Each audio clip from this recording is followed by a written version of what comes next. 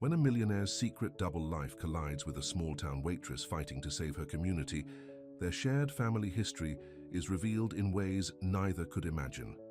Will the truth heal their hearts or shatter them forever? Before we get into the story, comment below where in the world you are watching from today. The sun was setting over the city skyline as Gabriel Moreira stared out the window of his penthouse office.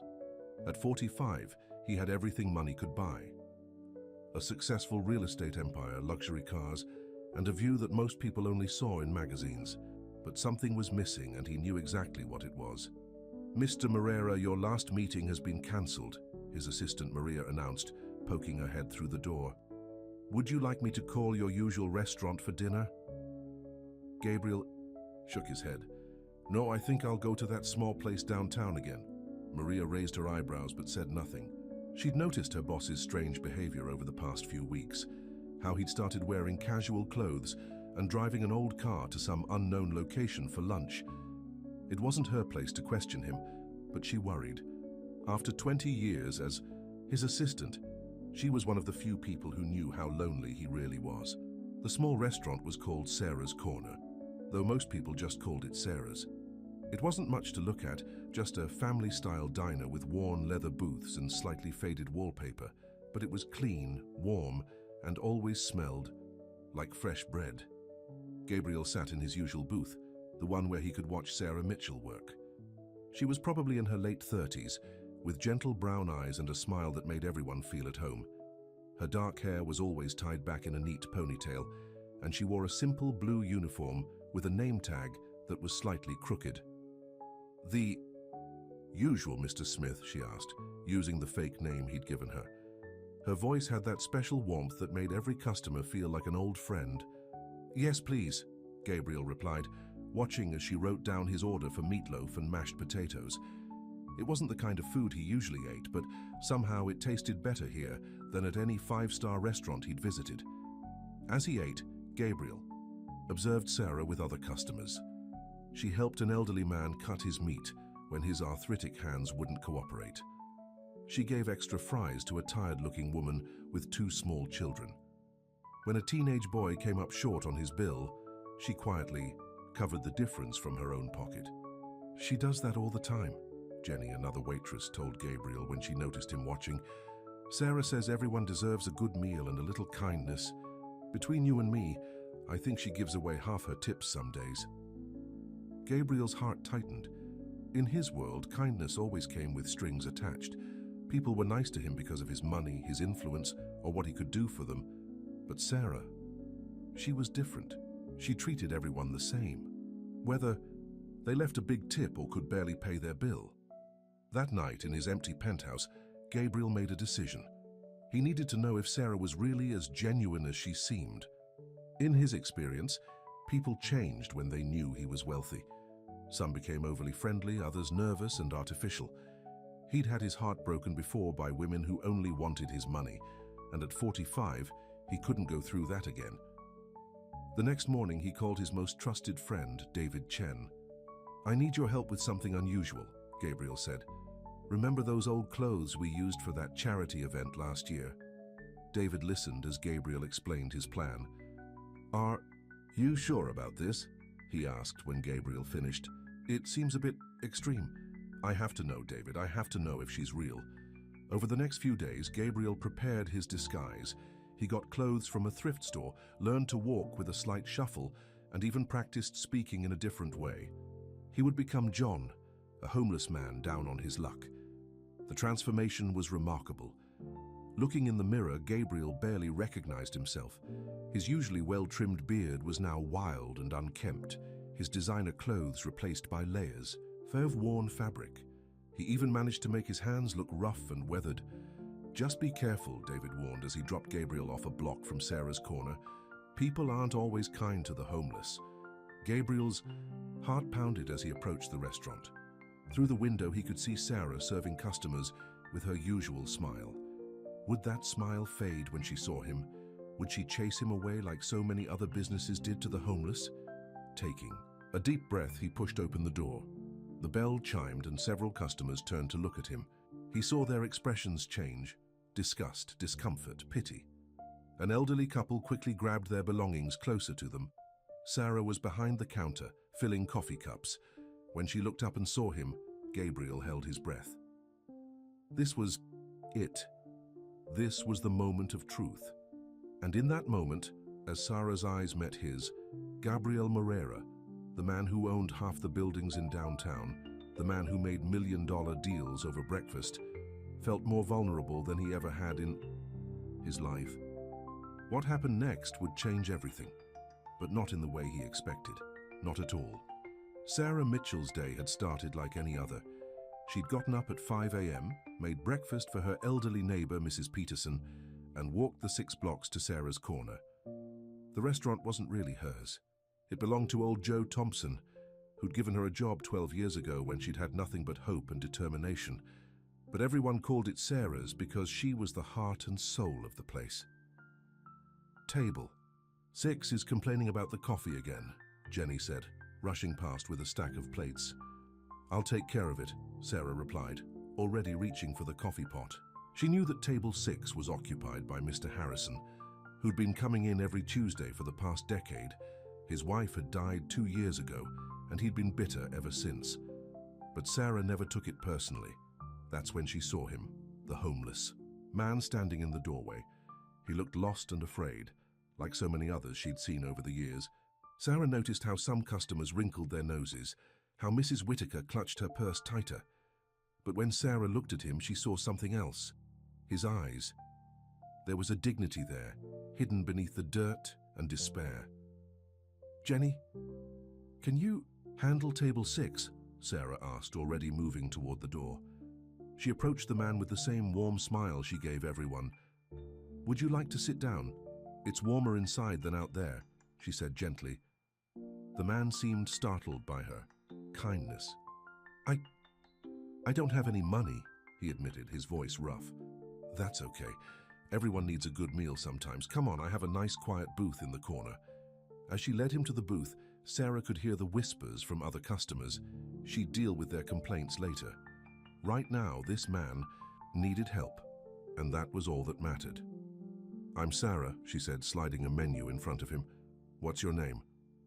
John, he answered after a slight pause. But please, you don't have to. How about some hot soup to start? Our cook Mike makes the best vegetable soup in the city, and maybe some fresh bread. John's eyes filled with tears. Why are you being so kind to me? Sarah touched his shoulder gently. Because someone was kind to me once, when I needed it most. Now you just sit tight and I'll be right back with that soup. In the kitchen, Mike grumbled about health codes and regulations, but Sarah knew it was just for show. He was already ladling out an extra large portion of soup. Add some of that. Leftover meatloaf too, he said gruffly. Man looks like he hasn't eaten properly in days. As Sarah served John his meal, she noticed how carefully he ate, almost like he was savoring every bite. There was something different about him, but she couldn't quite put her finger on it. Throughout the afternoon, she kept an eye on him. He ate slowly, and she made sure his coffee cup stayed full. When other customers complained, she handled them with her usual grace. I'm sorry you feel uncomfortable, she told Mrs. Whitaker, who had demanded to speak to the manager. But everyone who comes through that door is a human being deserving of respect. That's always been our policy here. By the end of his meal, John had relaxed slightly. When Sarah brought him a piece of apple pie that would just go to waste anyway, she saw the first hint of a smile. Thank you, he said softly. I haven't experienced kindness like this in... I can't remember how long. Will you come back tomorrow? Sarah asked. The soup's different every day, and tomorrow is chicken noodle. John looked at her in surprise. You'd want me to come back? Of course, everyone needs a place where they feel welcome. After John left, Sarah went about her closing duties, her mind still on the mysterious man. There was something in his manner, in the way he spoke, that didn't quite fit with his appearance, but she'd learned long ago not to judge people or their circumstances. That night, as Sarah walked home to her small apartment, she thought about John. She thought about Mr. Smith, the quiet businessman who'd been coming in recently, always leaving generous tips but seeming so lonely. She thought about all the people who passed through her life every day, each carrying their own burdens and hopes. Her apartment was small but neat, with second-hand furniture and walls painted in cheerful colors. On her refrigerator was a collection of thank you notes from people she'd helped over the years. Some were written on fancy paper, others on napkins or torn notebook pages. She kept them all. As she got ready for bed, Sarah's phone rang. It was Jenny. "You'll never believe what Mrs. Whitaker did," Jenny said. "She called Joe and complained about you serving that homeless person.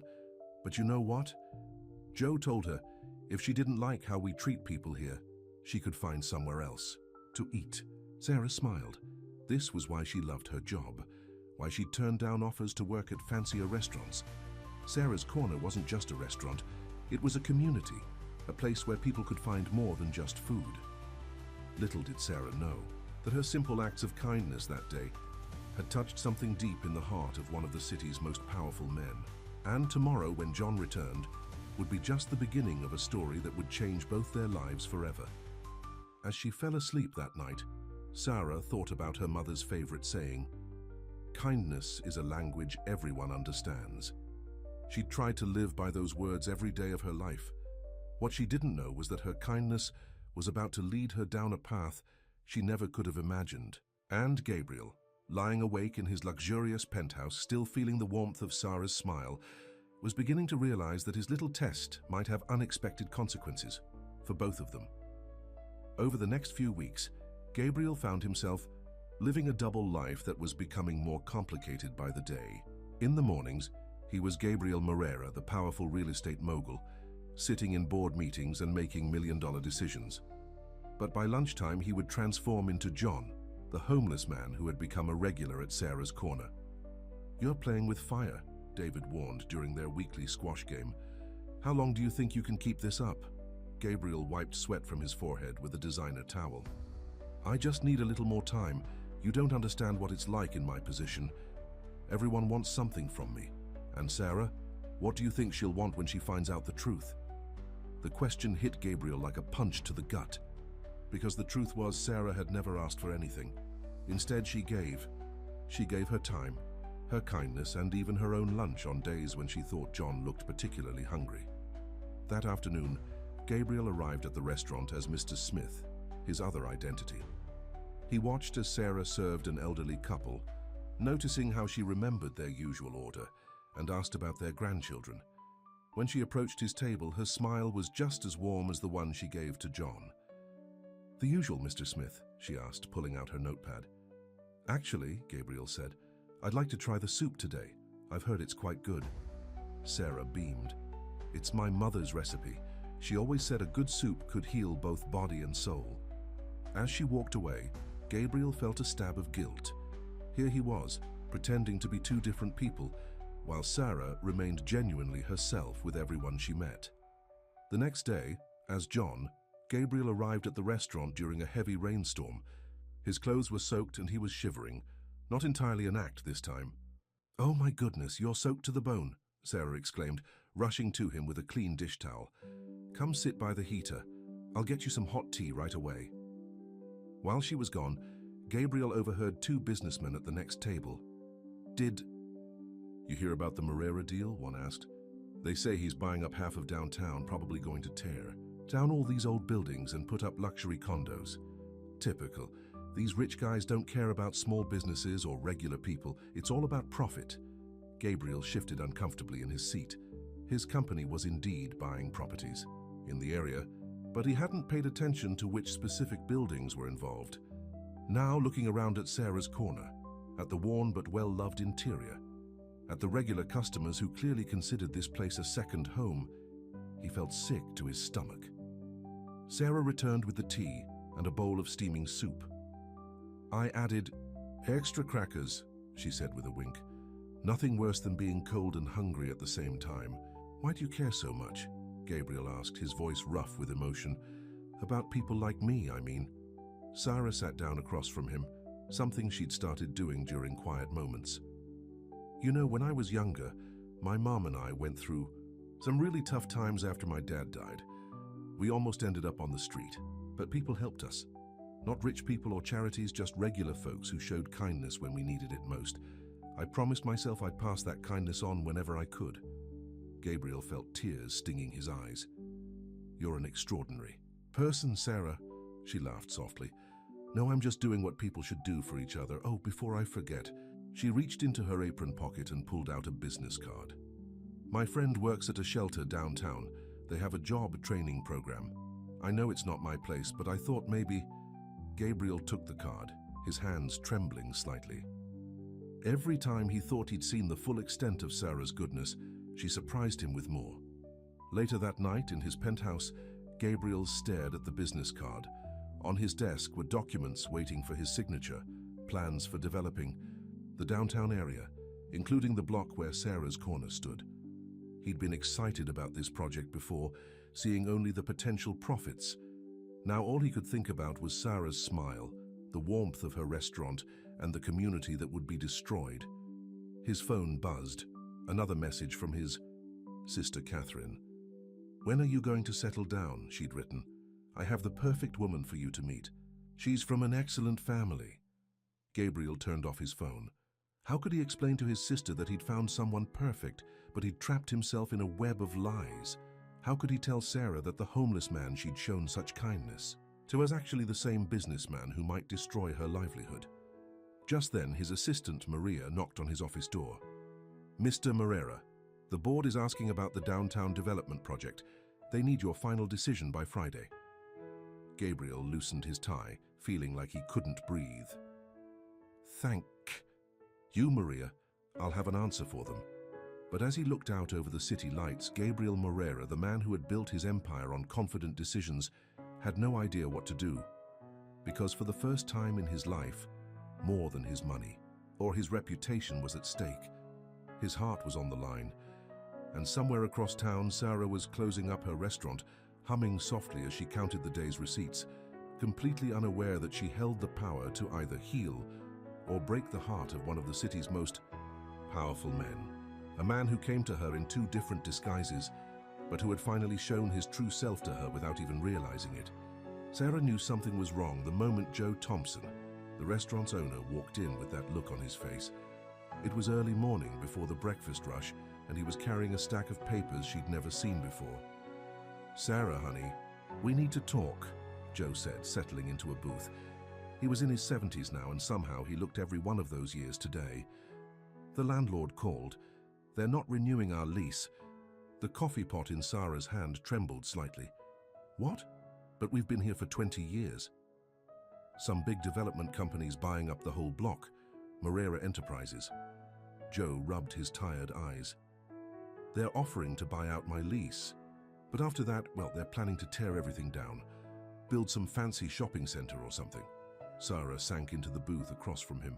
Sarah's corner wasn't just her workplace. It was her home, her community. She looked around at the walls covered in local kids' artwork, the counter where elderly couples had their morning coffee dates, the corner booth where she'd first served John. How long do we have, she asked. 3 months, maybe 4. Joe reached across the table and squeezed her hand. I'm sorry, Sarah. I know this place means as much to you as it does to me. Throughout her shift that day, Sarah tried to keep smiling, but her heart was heavy. When Mr. Smith came in for his usual lunch, she almost burst into tears, bringing him his coffee. Is everything all right? He asked, his voice filled with concern. Oh, just one of those days, she said, managing a weak smile. Nothing to worry about. But Gabriel noticed everything, the redness around her eyes, the way her shoulders drooped when she thought no one was looking. As Mr. Smith, he left an extra-large tip. Later, as John, he watched her trying to comfort Jenny, who was crying about losing her job. We'll figure something out, Sarah was saying. Maybe we can find a new location. The important thing is that we stick together. That evening, Gabriel sat in his office, staring at the development plans. His brother Marcus burst in, waving a newspaper. Have you seen this? Marcus slapped the paper on Gabriel's desk. The local press is having a field day. Historic downtown businesses face destruction. We need to move fast before these small-time owners start organizing protests. Gabriel looked at the article. There was a photo of Sarah's corner, with Sarah and Joe standing out front. His chest tightened. "Maybe we could modify the plans," Gabriel suggested. "Work around some of the existing businesses." Marcus laughed harshly. "Are you crazy? We've already got investors lined up. Since when do you care about a bunch of rundown diners?" Anyway, after Marcus left, Gabriel's assistant Maria brought in more papers to sign. She paused at the door. "Sir, if you don't mind me asking, you've seemed troubled lately. Is everything okay?" Gabriel loosened his tie. "Maria, have you ever found yourself in a situation where doing the right thing means hurting someone you care about?" Meanwhile, back at the restaurant, Sarah was serving John his usual soup when a well-dressed woman walked in. She looked around with obvious distaste before approaching the counter. "I'm looking for Sarah Mitchell," she announced loudly. "That's me," Sarah said, wiping her hands on her apron. "I'm Catherine Moreira." The woman handed Sarah a business card. "My brother's company is developing this area. We're offering to help relocate affected businesses. Perhaps something in a better area." Sarah felt her face flush. "This is a good area. These are good people." "Of course, dear," Catherine said condescendingly, "but surely you can see this neighborhood needs improvement. Progress is inevitable." From his corner booth, Gabriel watched in horror as his sister continued her practiced speech about urban renewal and economic development. He saw Sarah's hands ball into fists, saw the proud tilt of her chin as she refused to be intimidated. "Thank you, Ms. Moreira," Sarah said firmly. "But Sarah's Corner isn't just a business, it's a home, it's a family, and you can't just relocate a family." Catherine's smile turned cold. "Well, when you're ready to be realistic, call my office. Otherwise..." She let the threat hang in the air before clicking her way out on expensive heels. That night, after closing, Sarah found John still sitting in his booth. She'd been so distracted by Catherine's visit that she'd forgotten to ask him to leave. "I'm sorry." He started to get up, but Sarah stopped him. "Would you like some pie? We have extra and..." Her voice broke, and to her embarrassment, she started crying. Without thinking, Gabriel stood and pulled her into a hug. She stiffened for a moment, then relaxed, sobbing into his shabby coat. "I'm sorry," she sniffled, pulling back. "I don't usually fall apart like this. It's just this place, these people." "Tell me," Gabriel said softly, knowing he had no right to ask, no right to comfort her when he was the cause of her pain. So Sarah told him everything, about coming to work here as a teenager, about Joe giving her extra shifts when her mum was sick, about the regular customers who had become family. She told him about the Christmas when everyone pitched in to buy her mom's medicine, and the times they'd helped others in need. "You know what the worst part is?" She wiped her eyes. "This Moreira person, whoever he is, probably won't even know what he's destroying. To him, it's just another business deal." Each word was like a knife in Gabriel's heart. When he finally left the restaurant, he walked for hours through the dark streets, his mind in turmoil. Back in his penthouse, he looked at himself in the mirror, really looked. He saw Gabriel Moreira, the successful businessman. He saw John, the homeless man who had found kindness. And for the first time, he wasn't sure which was the real him anymore. His phone buzzed with messages about the development project. The board wanted answers. Marcus wanted action. Catherine wanted to know why he was stalling. But all Gabriel could think about was Sarah's tears and how he had caused them without even being there, or rather by being there in a way she didn't know about. The deception that had started as a simple test had become a trap of his own making, and time was running out for him to find a way out before he lost everything, including the woman he had grown to love. The morning newspaper landed on Gabriel's desk with a thud. His brother Marcus stood over him, face red with anger. "Local restaurant leads protest against downtown development." "This is getting out of hand, Gabriel. That waitress you seem so interested in, she's organizing the whole thing." Gabriel picked up the paper. There was Sarah on the front page, standing in front of Sarah's Corner with a group of local business owners. The sign in her hands read, "Save our community, stop Moreira Enterprises." "She's gathered over 1,000 signatures," Marcus continued. "The media loves her. This whole David versus Goliath story. We need to shut this down now." But Gabriel barely heard him. He was looking at Sarah's face in the photo, seeing the determination in her eyes. Even in newsprint, her inner strength shone through. "I'll handle it," Gabriel said quietly. "You better? The board meeting's tomorrow, they're expecting answers." After Marcus left, Gabriel called his assistant. "Maria, cancel my afternoon appointments and find out everything you can about restaurant zoning laws in the downtown area." Later that day, Gabriel arrived at Sarah's corner as Mr. Smith. The restaurant was buzzing with energy. Protest signs leaned against the walls, and people were gathered around tables with petition sheets. "Save our neighborhood," Jenny called out as new customers entered. "Sign our petition." Sarah approached his table with coffee, looking tired but determined. "I'm sorry about all the commotion, Mr. Smith, but we're fighting for our lives here." "Tell me about it," Gabriel said, his stomach churning with guilt. Sarah sat down for a moment, something she rarely did with Mr. Smith. "You know what's crazy? I actually tried to contact Gabriel Moreira himself. His secretary won't even put my calls through. These big shots, they don't even want to look in the eyes of the people they're hurting." Gabriel felt sick. Maybe he has his reasons. What reason could be good enough to destroy people's lives? Sarah stood up abruptly. "I'm sorry. I shouldn't burden you with this." That evening, Gabriel returned as John. The protest, signs were being packed away, and Sarah was counting petition signatures at the counter. "John," her face lit up, "I saved you some soup. And guess what? Remember that job training program I told you about? They have an opening next week. I could go with you if you want." Gabriel's heart cracked. Here she was, fighting for her own survival and still thinking about helping others. "Sarah," he started, his voice rough, "you're an amazing person, you know that?" She blushed. "I just try to do what's right. Speaking of which," she pulled out a petition. "Would you sign? Every name helps." Gabriel stared at the paper. How could he sign? Which name would he even use? I can't write very well," he mumbled. "Oh, I'm so sorry. I didn't think—" Sarah looked mortified. "Here, I could help you." "No," he said too quickly. "I mean, I believe in your cause. Just then, Joe burst out of his office. "Sarah, you need to see this." He was waving a letter. "They're trying to force us out early. Some clause in the building code about violations." Sarah grabbed the letter, her hands shaking. "But we just passed inspection last month." Gabriel knew exactly what was happening. It was a classic tactic his company used, finding technical violations to pressure holdouts.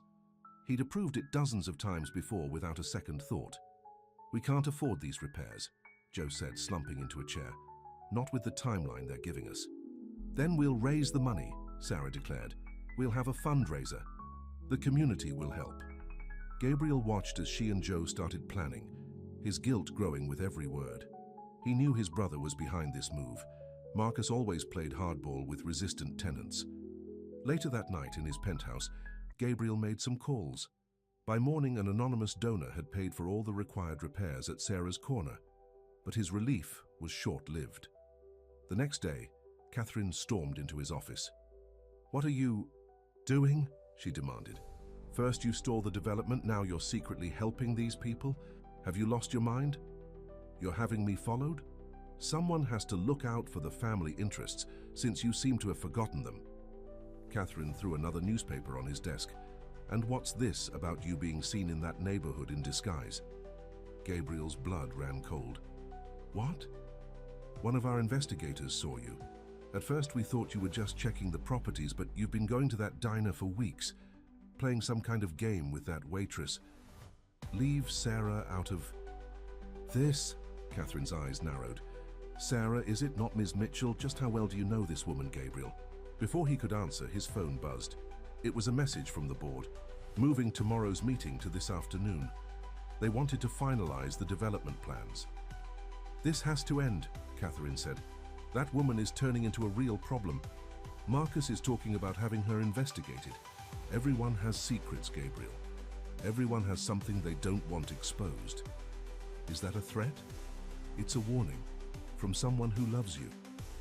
Catherine headed for the door. "Fix this, Gabriel, before someone gets really hurt." As soon as she left, Gabriel called David. "I need your help. Things are spinning out of control." "I told you this would blow up," David said. What are you going to do?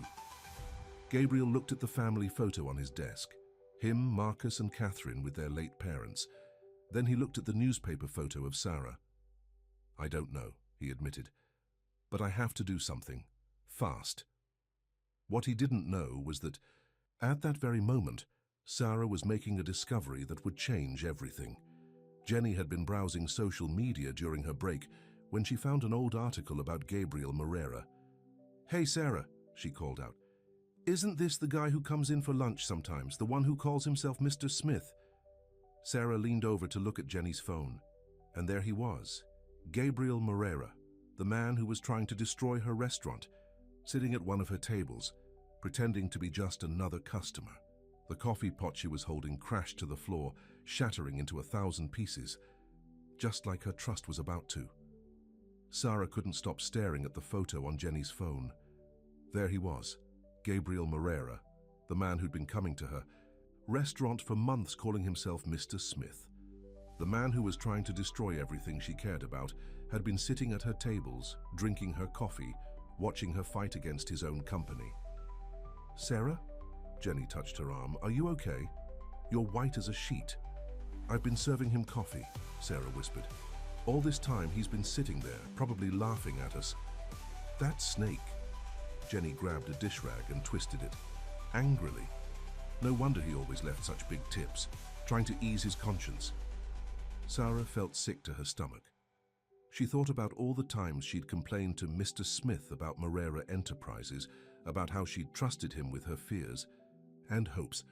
She'd even cried in front of him. What are you going to do? Jenny asked. Before Sarah could answer, the bell above the door chimed. Gabriel walked in, dressed in his usual business suit as Mr. Smith. He stopped short when he saw Sarah's face.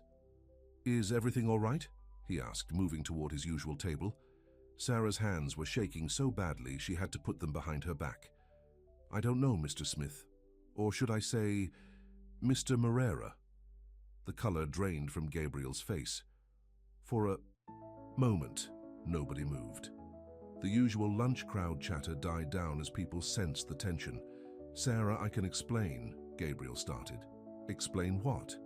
Sarah's voice rose. How you've been spying on us, getting information about our protest plans.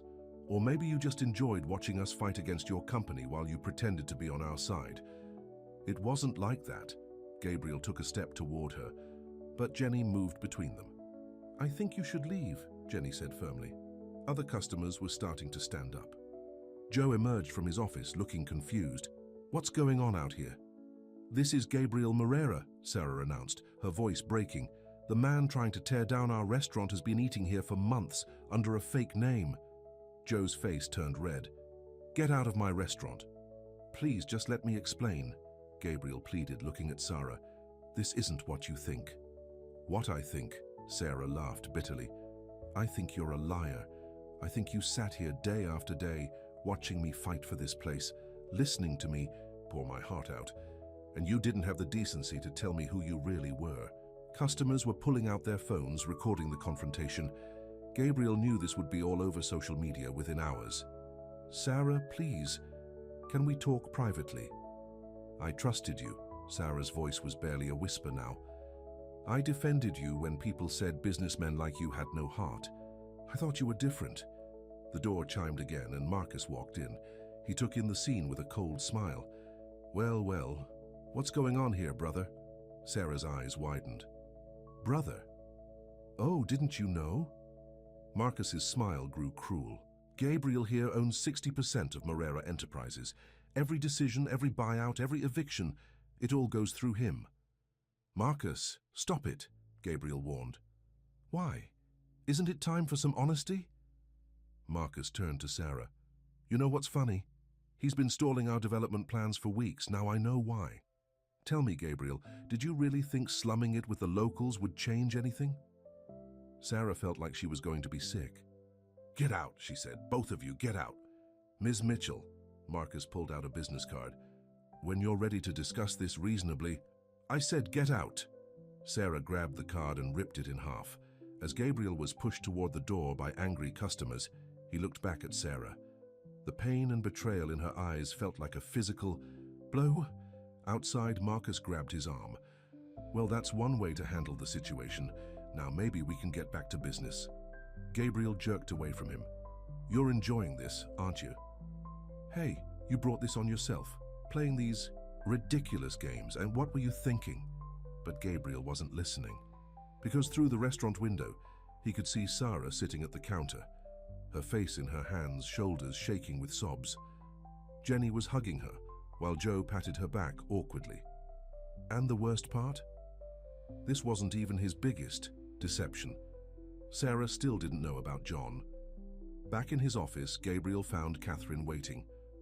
I heard what happened, she said. Marcus called me. Not now, Catherine. Yes, now. She blocked his path. The board meeting is in 2 hours. This little scene at the restaurant is all over Twitter. We need to do damage control. Gabriel loosened his tie, feeling like he couldn't breathe. I need to fix this. You can fix it by doing your job, Catherine snapped. Sign the development papers, stop this ridiculous infatuation with that waitress, and remember who you are. That's the problem, Gabriel said quietly. I'm not sure I know who I am anymore. He looked at his reflection in the office window. In a few hours, he was supposed to go to Sarah's corner as John. The thought of facing Sarah again, of accepting her kindness while carrying this new betrayal, it made him sick. But the thought of never seeing her again was even worse. And somewhere, in the city, Sarah was wiping her tears, straightening her uniform and trying to smile for her customers. But inside, she was wondering how many more betrayals her heart could take. She didn't know that the biggest one was still to come. The boardroom of Millionaire Enterprises felt like a courtroom, and Gabriel was on trial. 12 stern faces stared at him from around the polished mahogany table. Marcus sat to his right, Catherine to his left, both ready to pounce at any sign of weakness. The videos from the restaurant incident have gone viral, one board member said, sliding a tablet across the table. Our stock price dropped 3 points this morning. Not to mention the protests are growing, another added. That waitress has become some kind of local hero. The media's eating it up. Gabriel couldn't look at the tablet. He didn't need to see Sarah's face, crumpling with betrayal again. My brother has a solution, Marcus announced smoothly. Don't you, Gabriel? All eyes turned to him. Gabriel loosened his tie, remembering Sarah's words. I thought you were different. I propose we modify the development plan, he said quietly. What? Catherine's voice was sharp. We can build around some of the existing businesses, Sarah's Corner, for example. Marcus slammed his hand on the table. Are you insane? We've already invested millions in this project, and we'll still make a profit, Gabriel insisted. A bigger one, maybe. Think about it. Instead of more generic luxury shops, we preserve the neighborhood's character. It's unique, authentic. That's what people want these days. This is about that waitress, Catherine said coldly. You're letting your feelings cloud your judgment. No, Gabriel stood up. For the first time in years, I'm seeing clearly. We've been so focused on profits that we forgot about people. These businesses we're so eager to destroy. They're people's lives, their dreams. Very touching, Marcus sneered. But this is business, not a charity.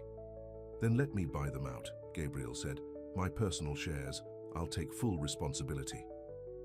The boardroom erupted in argument. Through the glass walls, Gabriel could see his assistant Maria watching anxiously. She gave him an encouraging nod.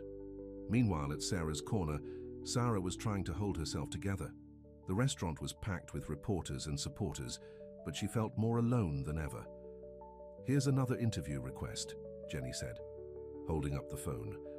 Channel 7 wants to do a feature story. I can't think about that right now. Sarah wiped down the same spot on the counter for the 10th time. She checked the clock. It was almost time for John to arrive for his usual meal. John. The thought of him brought a lump to her throat. At least with him, she knew where she stood. He might be homeless, but he was honest. The bell chimed and her heart stopped, but it was only the mailman with a thick envelope for Joe. More legal papers, Joe sighed, reading through them. They're really playing hardball now. Sarah thought about Gabriel sitting in his fancy office, plotting ways to destroy them while pretending to be their friend. The betrayal still felt like a fresh wound. "Sarah," Jenny touched her arm. "John's here." Sarah turned to see him standing in the doorway, looking more hesitant than usual. For a moment she wanted to run to him, to pour out everything that had happened, but she had customers waiting. "I'll get your soup," she said, managing a small smile. As she served him, John seemed to study her face. "You've been crying," he said softly. "Is it that obvious?" Sarah tried to laugh, but it came out more like a sob. "Do you want to talk about it?" Sarah sank into the booth across from him. "Have you ever trusted someone completely, only to find out everything was a lie?" Gabriel's heart pounded so hard, he was sure she could hear it. Sometimes people have reasons for not being completely honest. What reason could be good enough to play with someone's feelings? Sarah wiped her eyes angrily. "Sorry, you don't need to hear about my problems. You have enough of your own." If she only knew. Gabriel wanted to reach across the table to tell her everything, but one look at her hurt face stopped him. Back at Millionaire Enterprises, the board meeting had turned into a family fight. "You can't just throw away years of work," Marcus shouted. "Watch me." Gabriel started signing papers. "The board won't approve this," Catherine warned. "I don't need their approval. I'm using my personal assets." "Mom and Dad would be ashamed," Marcus spat. Gabriel's pen paused. "No, Marcus. They'd be ashamed of what we've become. All this talk about legacy. Their real legacy was helping people. Remember how Dad used to say success meant nothing if you lost your soul getting it?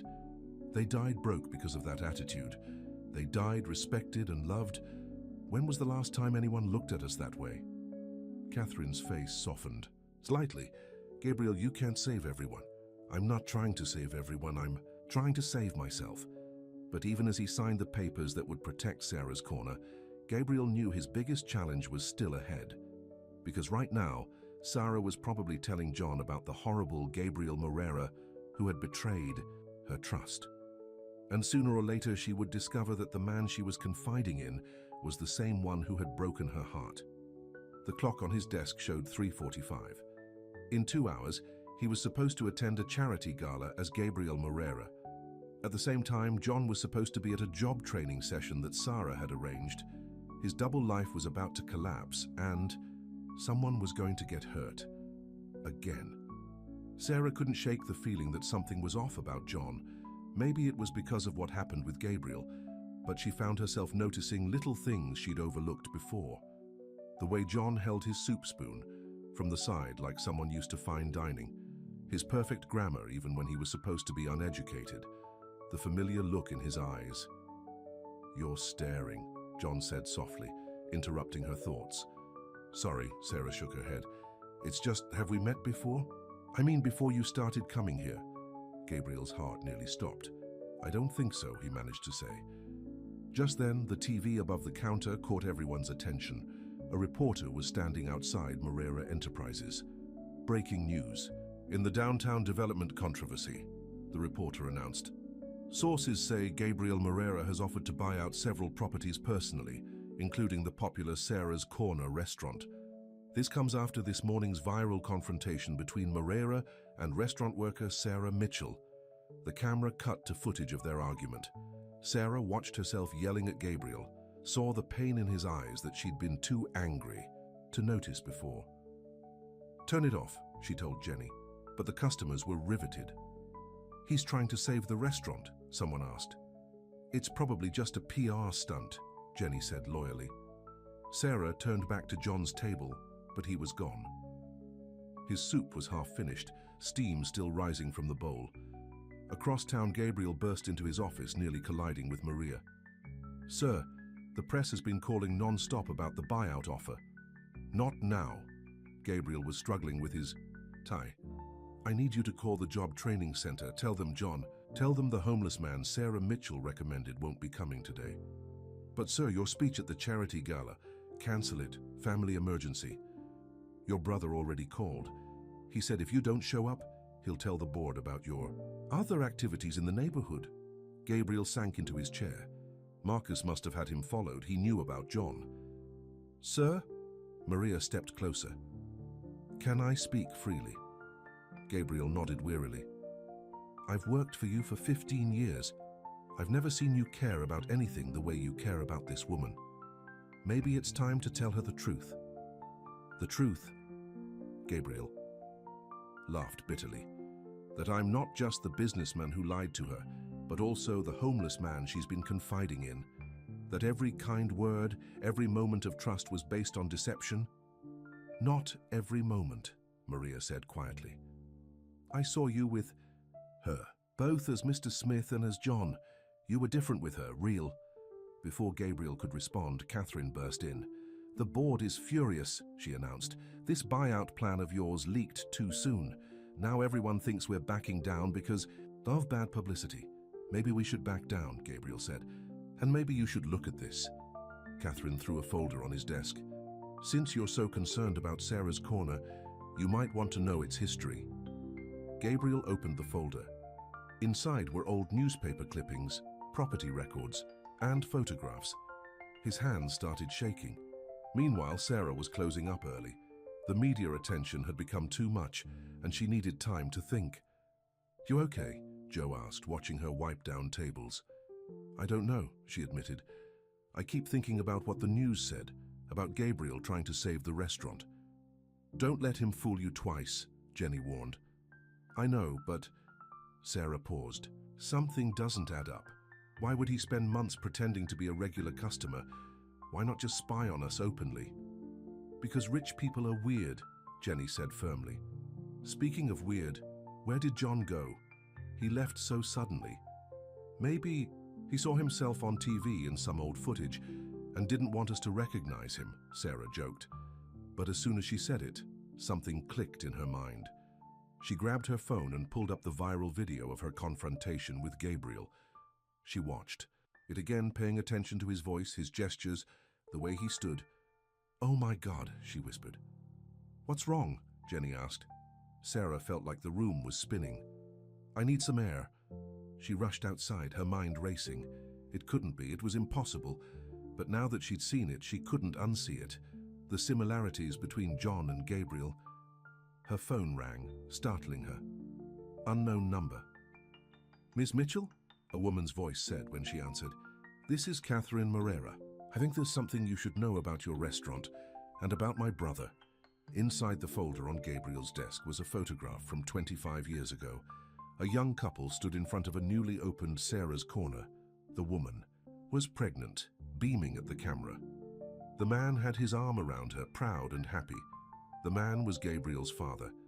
And now Gabriel understood why his father had been visiting this neighborhood in the weeks before his death. Why there had been mysterious withdrawals from his account. Why his mother had insisted, even after they lost everything, that some debts had to be honored.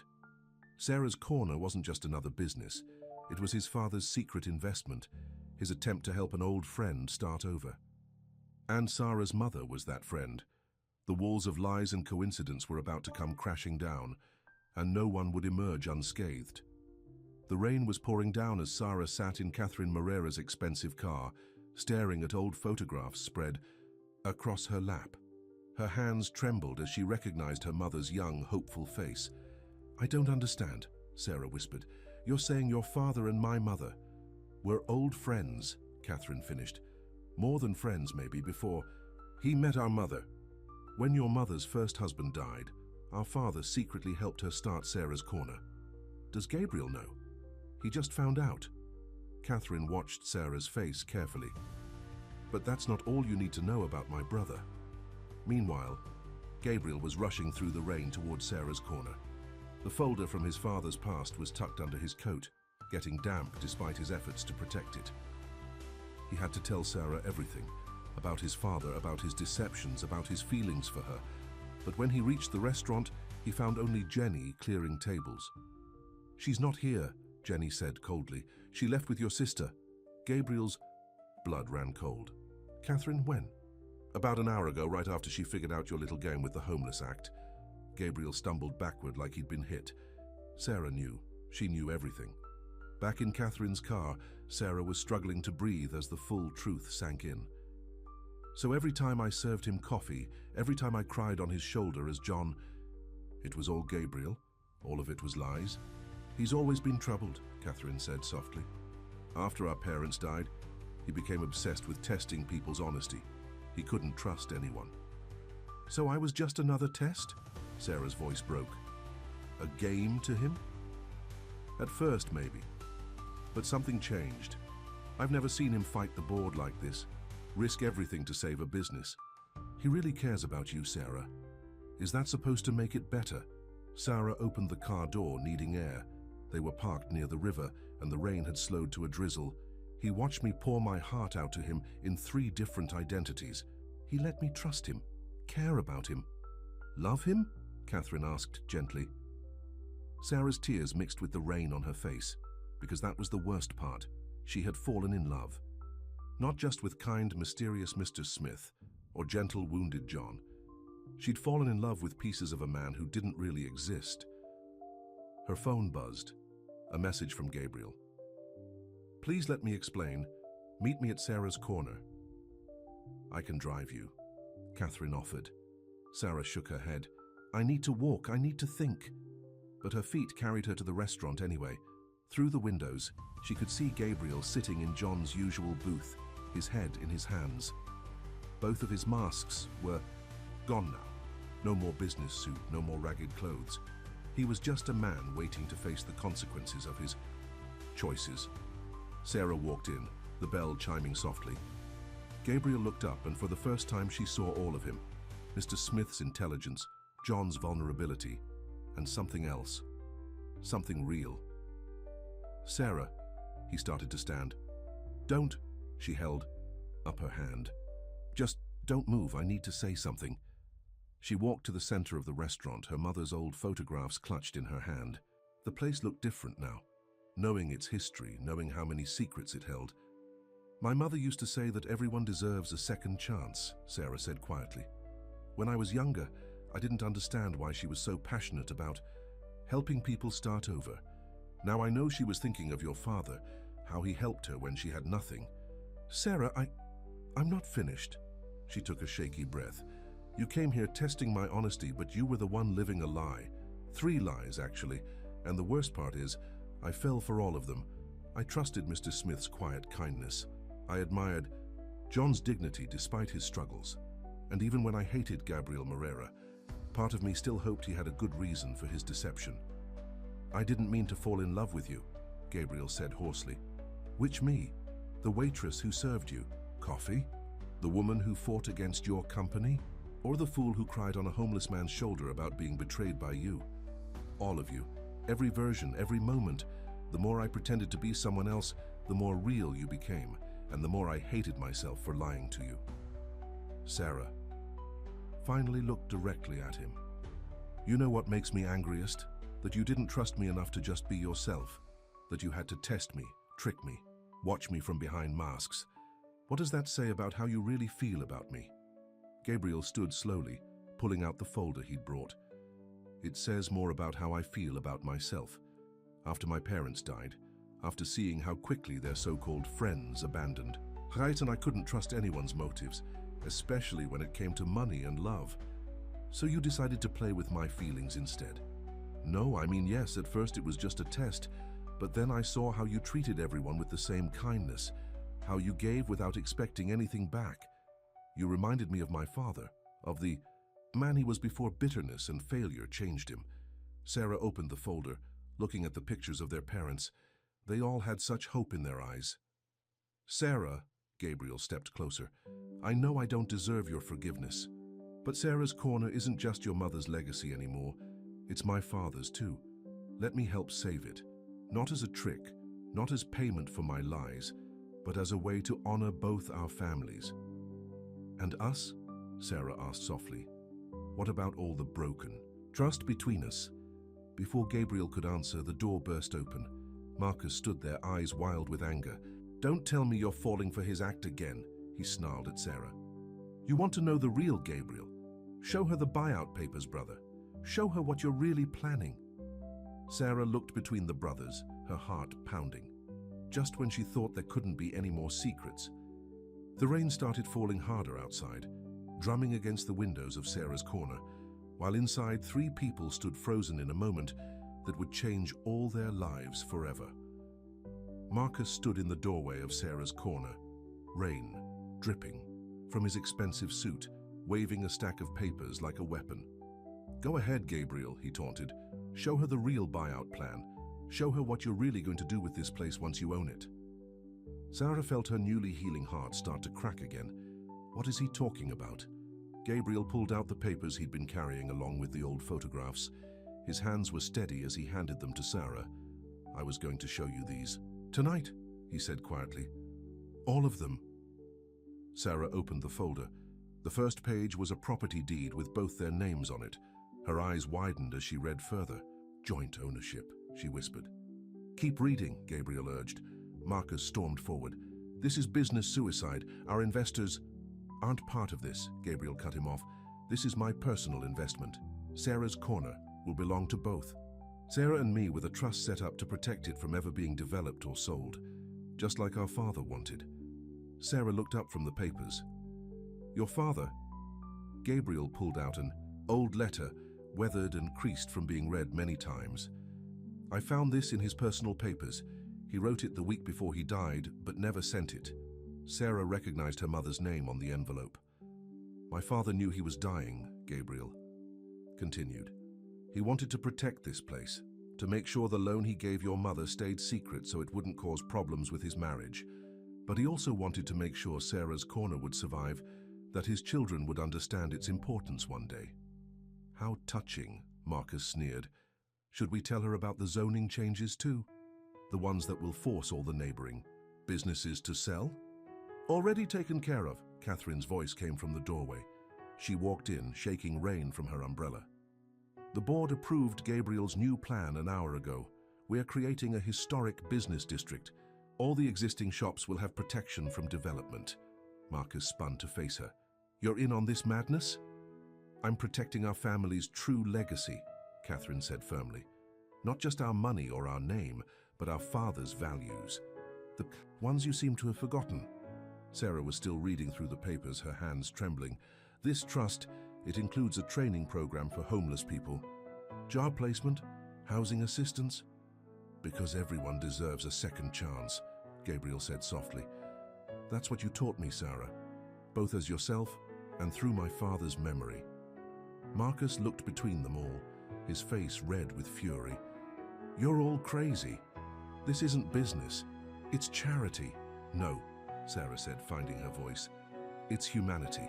Something my mother and their father never forgot, even when the world turned its back on them." She turned to Gabriel. "You could have told me all this from the beginning." "I know." Gabriel stepped closer. "But I was so afraid of repeating my father's mistakes, of trusting the wrong person, that I made much bigger mistakes of my own. I had to lose myself in other identities to find out who I really wanted to be." "And who is that?" Sarah asked. "Someone worthy of your love, not as Mr. Smith or John or even Gabriel Moreira the businessman, just as myself, with all my flaws and fears and hopes." "Well, I'm out of here." Marcus headed for the door. "When this sentimental nonsense bankrupts us, don't come crying to me." "Marcus," Catherine called after him, "Dad would be proud of Gabriel today." Marcus slammed the door so hard the bell fell off. Sarah looked down at the papers again, then at the old photographs of their parents. "All this time, our families were connected. Maybe that's why I was drawn here," Gabriel said. "Something in me recognized this place, recognized you." "Speaking of recognition," Sarah managed a small smile, "you're a terrible actor. Looking back, I can't believe I didn't realize John and Mr. Smith were the same person sooner. You have a very distinctive way of stirring your coffee." Gabriel laughed, and for the first time, it was completely natural. No masks, no pretense. "So what happens now?" Catherine asked. Sarah took a deep breath. "Now, we honor our parents' legacy. We build something that helps people, that brings the community together. But first," she walked up to Gabriel and slapped him hard across the face. "That's for lying to me," she said, as he rubbed his cheek. Then she grabbed his collar and pulled him down into a kiss. "And that's for finally telling the truth." "I deserve worse," Gabriel said when they parted. "Oh, you'll be making it up to me for a long time," Sarah assured him. starting with working a few shifts here as yourself. No more masks. I want my customers to see the real you. Even if the real me is just a confused man who had to pretend to be homeless to learn how to be human again. Sarah touched his cheek gently. The real you is someone who finally chose love over fear, truth over safety, just like our parents did all those years ago. Catherine quietly slipped out, leaving them alone in the restaurant where both their stories had begun. Through the windows they could see the rain had stopped, and a rainbow was forming over the city. 6 months later, Sarah's corner was packed for the grand reopening. The place had been carefully renovated, keeping its cozy charm while adding a new community center next door. The sign now read Sarah and James's Corner, honoring both Sarah's mother and Gabriel's father. Jenny was training new waitstaff, including several people who had come through their homeless assistance program. Joe had semi-retired, but still came in every morning for coffee and to tell stories about the old days. Gabriel wore a simple blue button-down, shirt and jeans as he served coffee to the regulars. No more fancy suits, no more disguises. Just a man who had finally found his place in the world. Sarah watched him from behind the counter, smiling as he chatted with Mrs. Peterson about her grandchildren. He caught her eye and winked. Later that night, after the customers had gone and the dishes were done, they sat in what had once been John's booth. Sarah pulled out the old photographs. "Do you think they knew," she asked, looking at their parents' young faces, "that their secret act of kindness would end up saving both their children?" Gabriel took her hand, running his thumb over the simple engagement ring he'd given her last week. No fancy proposal, no elaborate plans, just a quiet moment of truth between two people who had learned that love's greatest test isn't about wealth or status or even trust. It's about having the courage to be yourself and finding someone who loves you not despite your flaws, but because of the strength it takes to overcome them. "They knew," Gabriel said softly. "Love always knows." Outside, the city lights twinkled. Like stars, while inside Sarah and James' corner, two families' legacies had finally come full circle. And in finding each other, Sarah and Gabriel had also found themselves. Sometimes love's greatest gifts come in disguise, but in the end, the truth will always find its way home. The end.